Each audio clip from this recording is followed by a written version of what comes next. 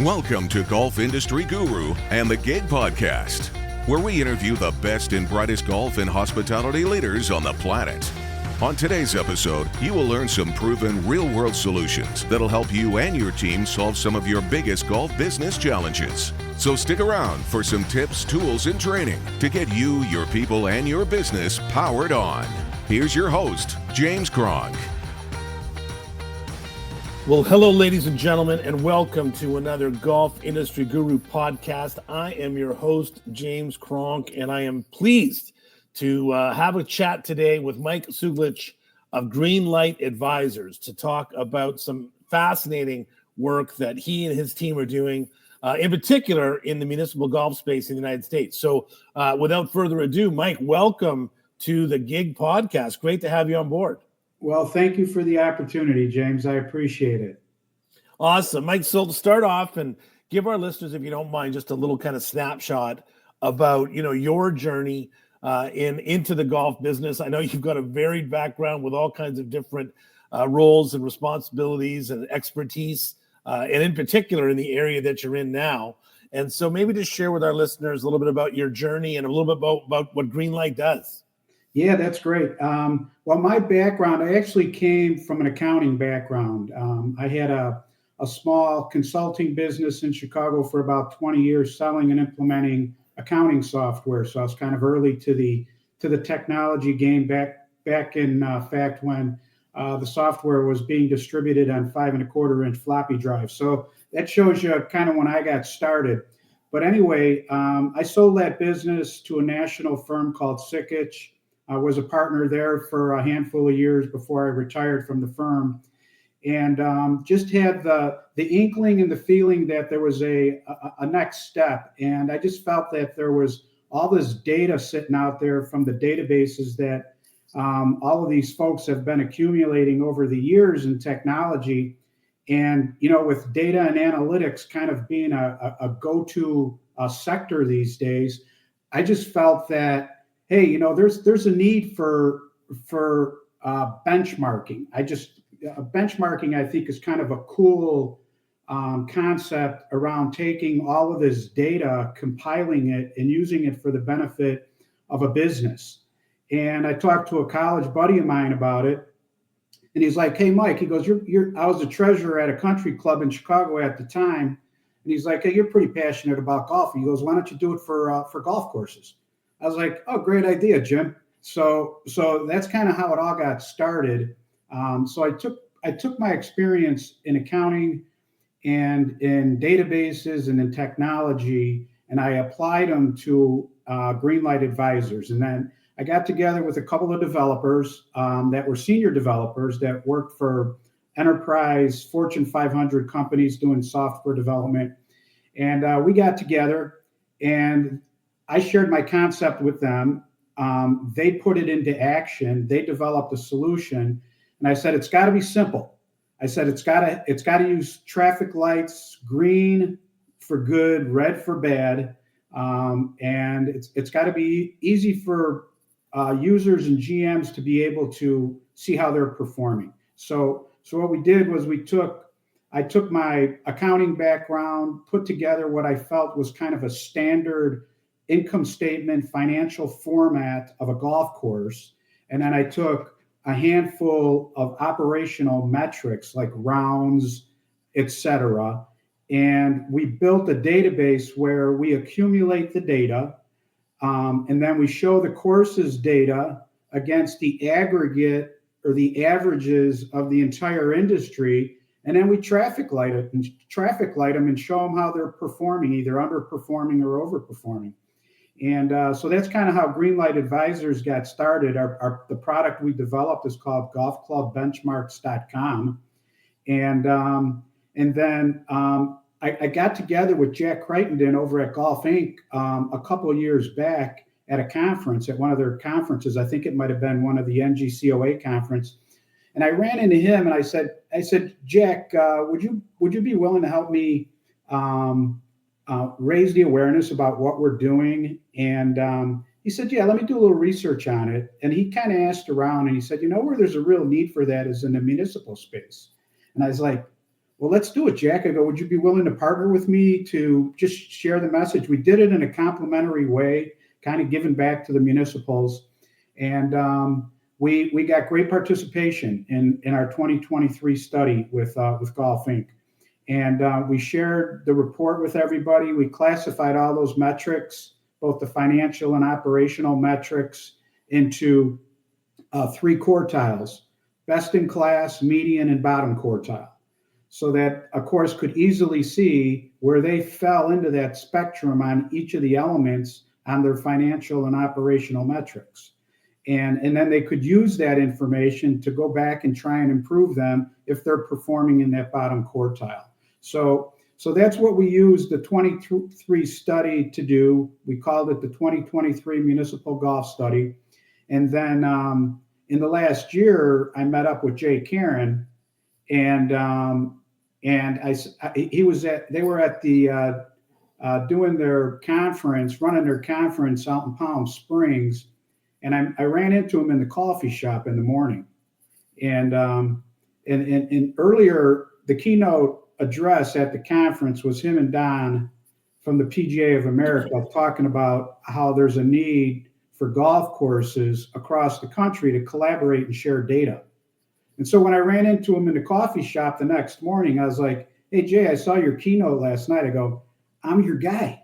I go, I'd be happy to get. So then Jack said, Mike, why don't you work with the NGCOA and do your study this year with them? So we're doing the 2024 study this year.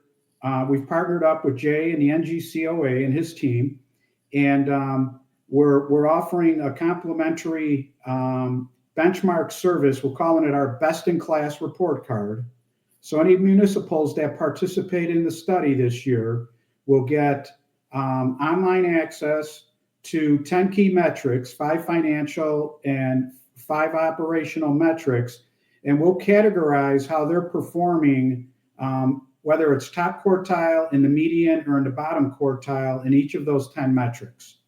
And then in addition, Jay's group is offering a membership opportunity where if you're not a member of the NGCOA, if you join the NGCOA, you'll get a free invitation to their golf business conference down in Orlando at the PGA show in January of 25. So that's kind of the offer that we put together for the Muni courses. And I'm just out there trying to share the message and get the message out to the Muni operators and managers. And I appreciate you giving me some airtime to do that. Thanks so much. Yeah, Mike, you bet. My pleasure. First of all, I mean, let's just clarify. I heard that the MC, the host of the conference in Orlando, is pretty awesome. So that's number one. And for anyone listening, that's actually myself. So I'm doing a little self-promotion there. My first time. So I'm excited about that. So I look forward to seeing you then. But let's get back, obviously, to the great cause. So because I got lots of questions and lots of thoughts in my head, Mike. So one of the things you touched on, which I appreciate and respect, is that municipal, and let's just get down to clarify when you talk about municipal golf. So just what's your definition of a muni golf course? I would say that any course that falls under the privy of a municipality, state, federal, county, government entity.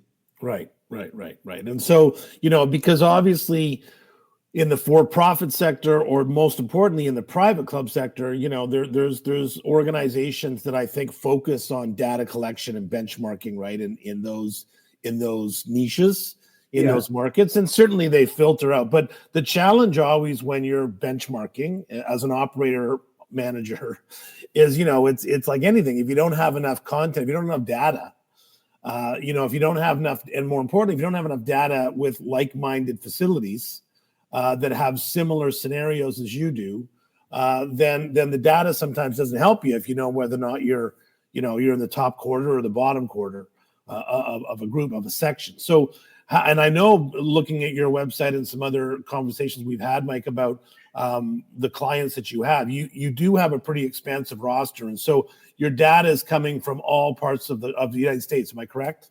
Right. We actually have data from all 5 regions, and we actually classify the more detailed benchmark reports around the financial and operational against each of those regions. So it's basically, the Northwest, the Southwest, the Northeast, the Midwest, and the Southeast. So not only do we benchmark the detailed financial and operational reports against the industry, but we also have the region in there. Got it.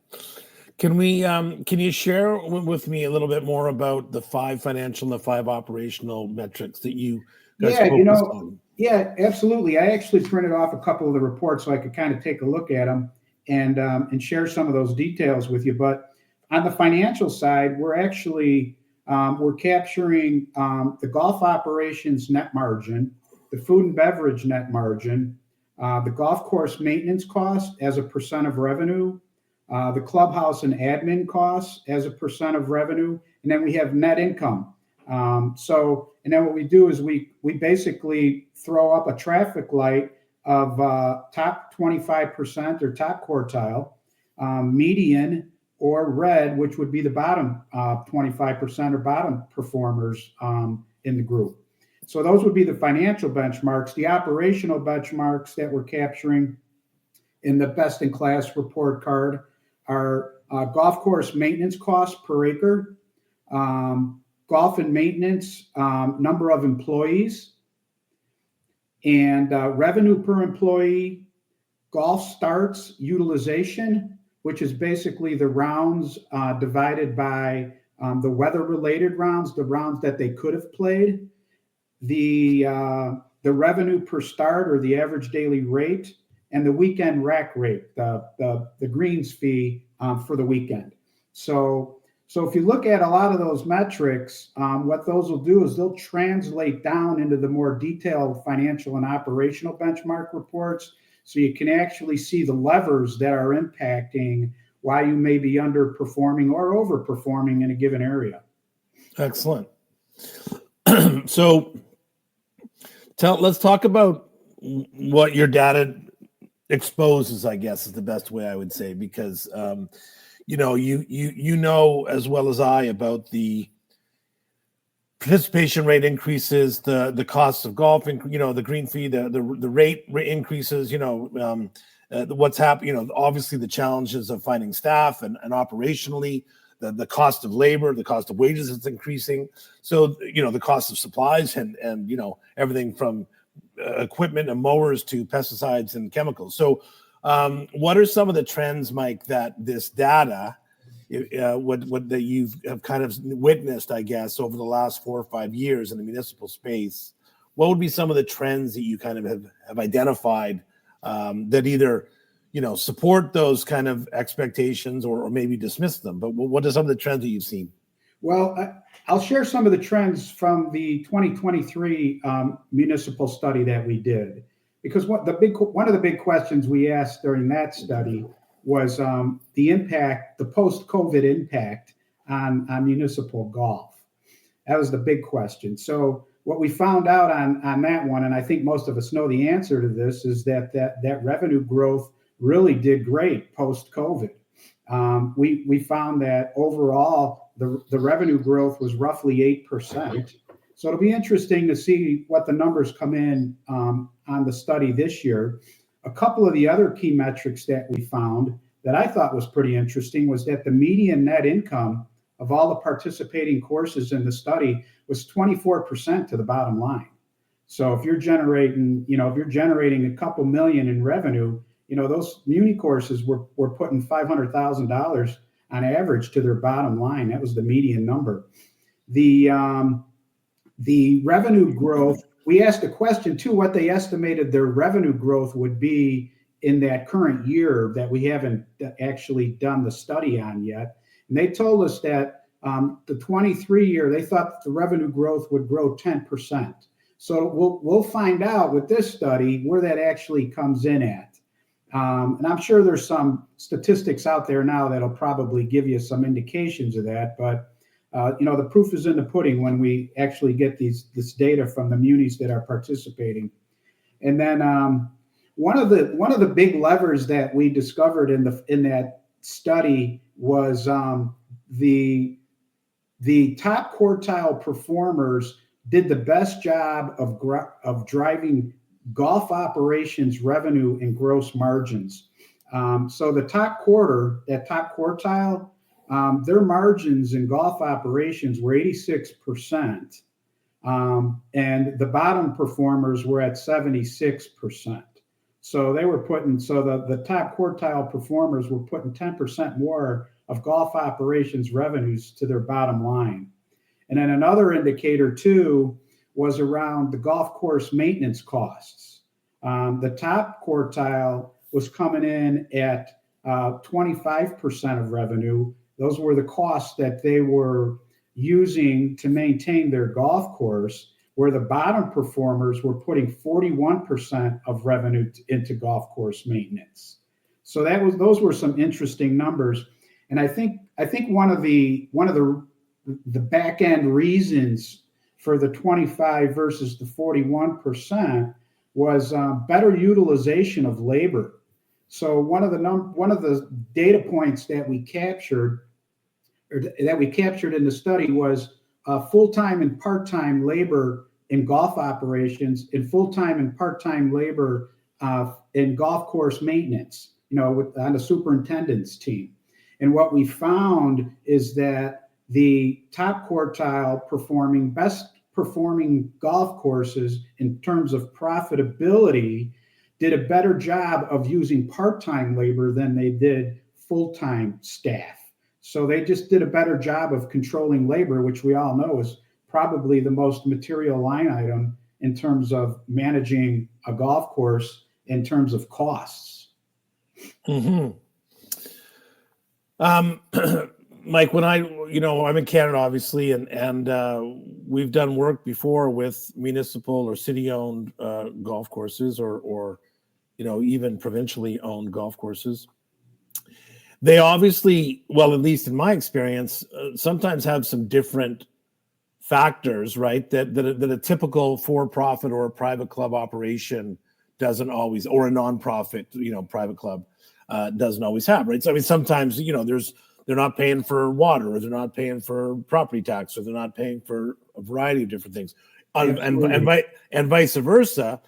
Sometimes that they have to compete with if they're government run or they're city run or they're municipal run, they sometimes have to compete with wages that are in the city system, right? In the government wages that are often higher than they might be down the street at a privately owned facility, right? So are there some consistencies that you find or that you have discovered about, what are some of the standards that exist in municipal golf courses that are different than what is experienced in not-for-profit private clubs or in for-profit privately owned facilities? Well, yeah, that's a tough question. I do know what I actually found quite interesting when I was doing the study in my conversations with a lot of the directors of golf and the GMs of the courses that are being, who are reporting into their municipalities, is those relationships are not always warm and fuzzy. And so when you talk about, the water costs and overhead allocations that end up being pushed back onto the courses, some of these golf directors aren't real pleased with some of those actions that are taking place. Where I think in the private club industry, they have a little bit more control over the direct costs that they use to manage their operations. That's not always the case with the municipals. Well, the difference, of course, is that for municipals, they have taxpayers to answer to, right? So normally speaking, right, a facility is going to be there as an amenity to the community that is hopefully used by as many taxpayers in that community as possible, residents, obviously. Whereas, if you're a for-profit facility, you can choose to go to XYZ Golf Club. If you can choose to become a member of, ABC Private Club. But in my experience, certainly, one of the reasons why it becomes complicated is because you've got a lot of different voices that want to be heard about how, funds are allocated and used. And so what's interesting, what I, heard that you say there, I believe, is that, 25% was the profit margin of the high performing municipal courses. Is that correct? Is that what No, you kind of said? 25% was the median. Was the median? Yeah, right. 24% was the median net income for all the courses that participated. The top quarter, they were pushing over 40% of their bottom lines. Right. Yeah. And but so I think an interesting point to what you were just talking about there with with the other intangibles that the municipals have to consider is community engagement.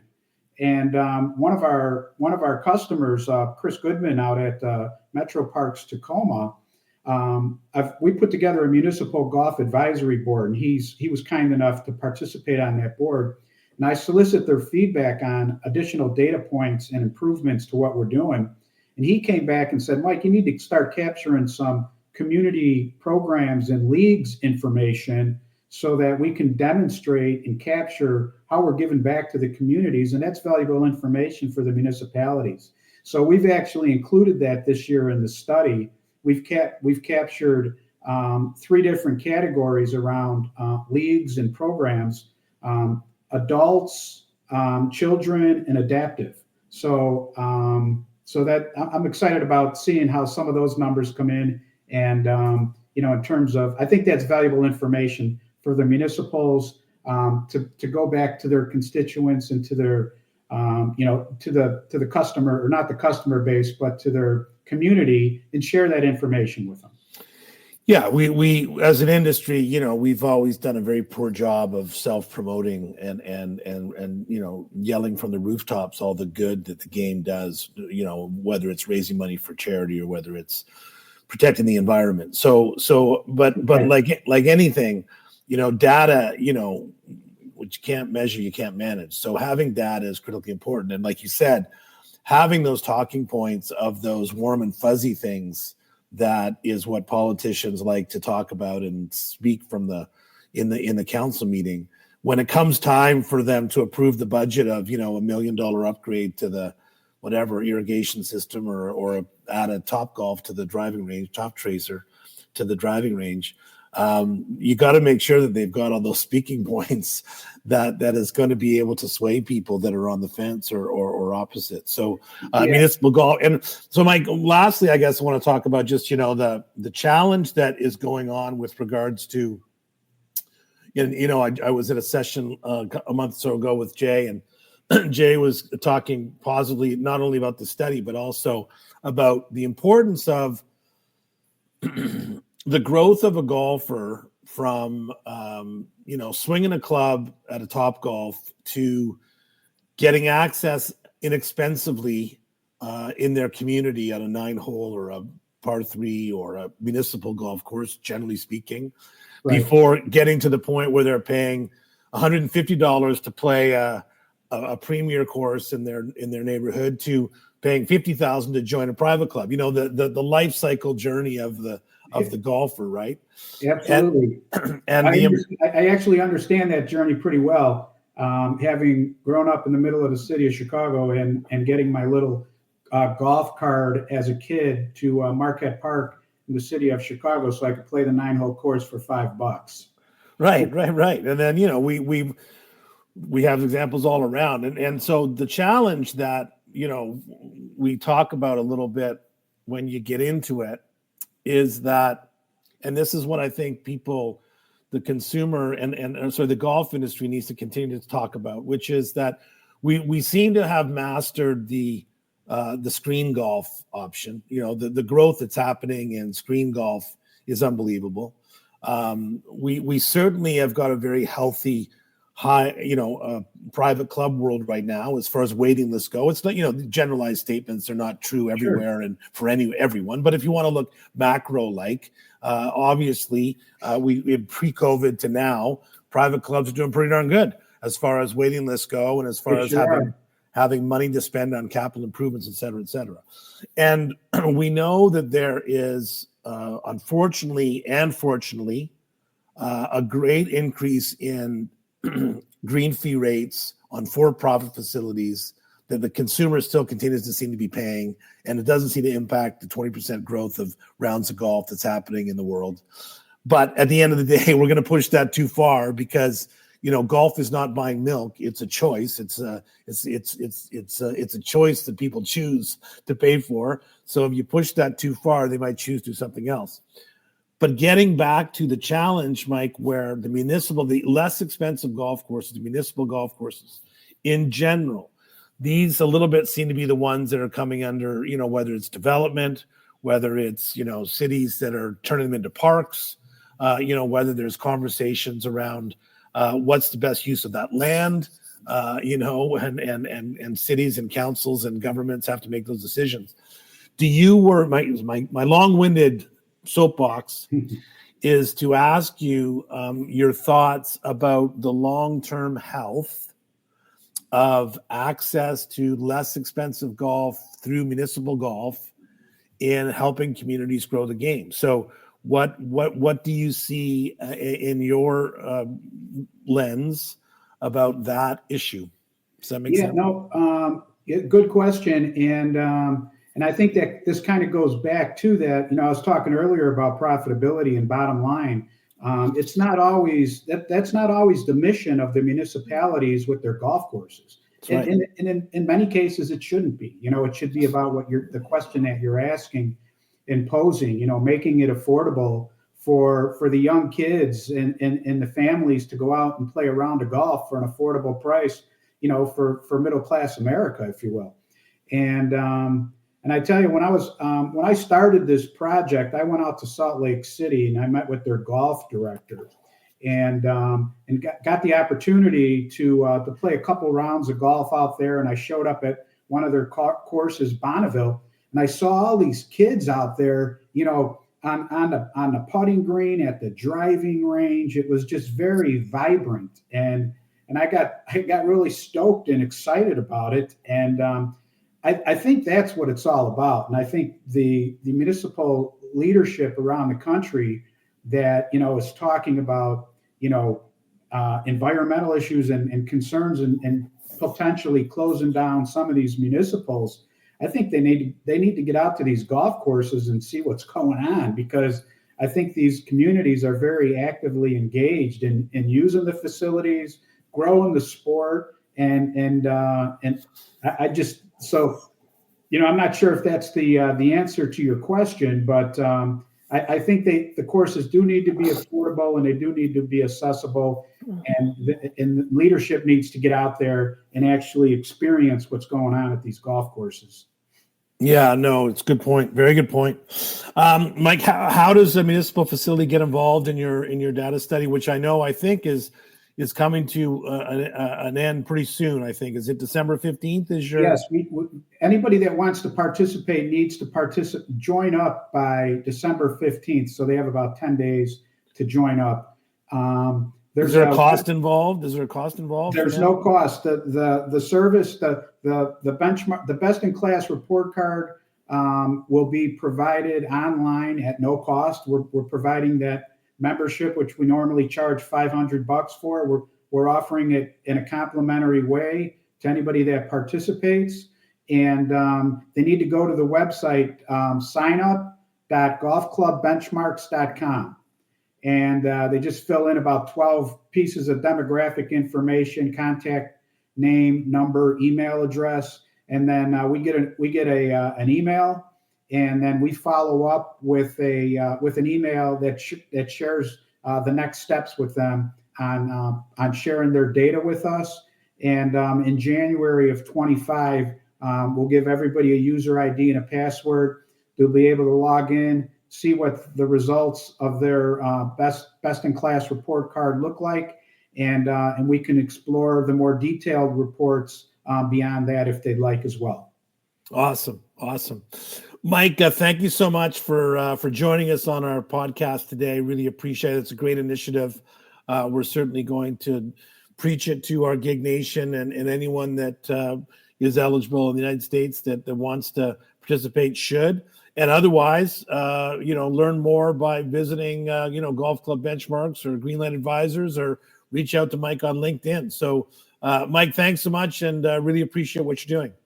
Well, James, thanks for allowing me the opportunity to raise the awareness about the study with the NGCOA, and a shout out to Jay Karen too for giving us the opportunity to partner up with the NGCOA on this study this year. Awesome. Well done. Well done. All right, ladies and gentlemen, thank you once again for listening. And as always, we will see you on the inside. Thanks for listening to the Gig Podcast. We hope you enjoyed this episode, and mostly that you learned a few things that will help you improve your business. Join us next time as we continue to bring you the best and brightest golf and hospitality leaders on the planet. Thanks for listening.